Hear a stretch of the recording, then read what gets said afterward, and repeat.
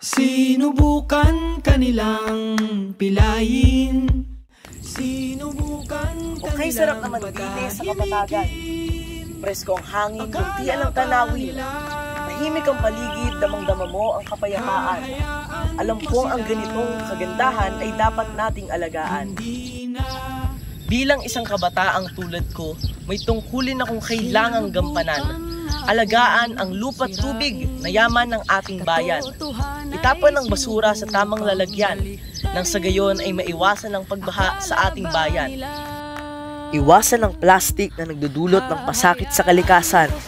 Gumamit ng eco bag sa tuwing mamimili sa pamilihan.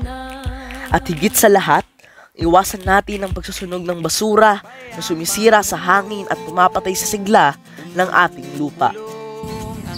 Mas masarap kayang mamuhay kapag alam mong malinis at sariwa ang hangin sa bawat bayan ng ating bansa.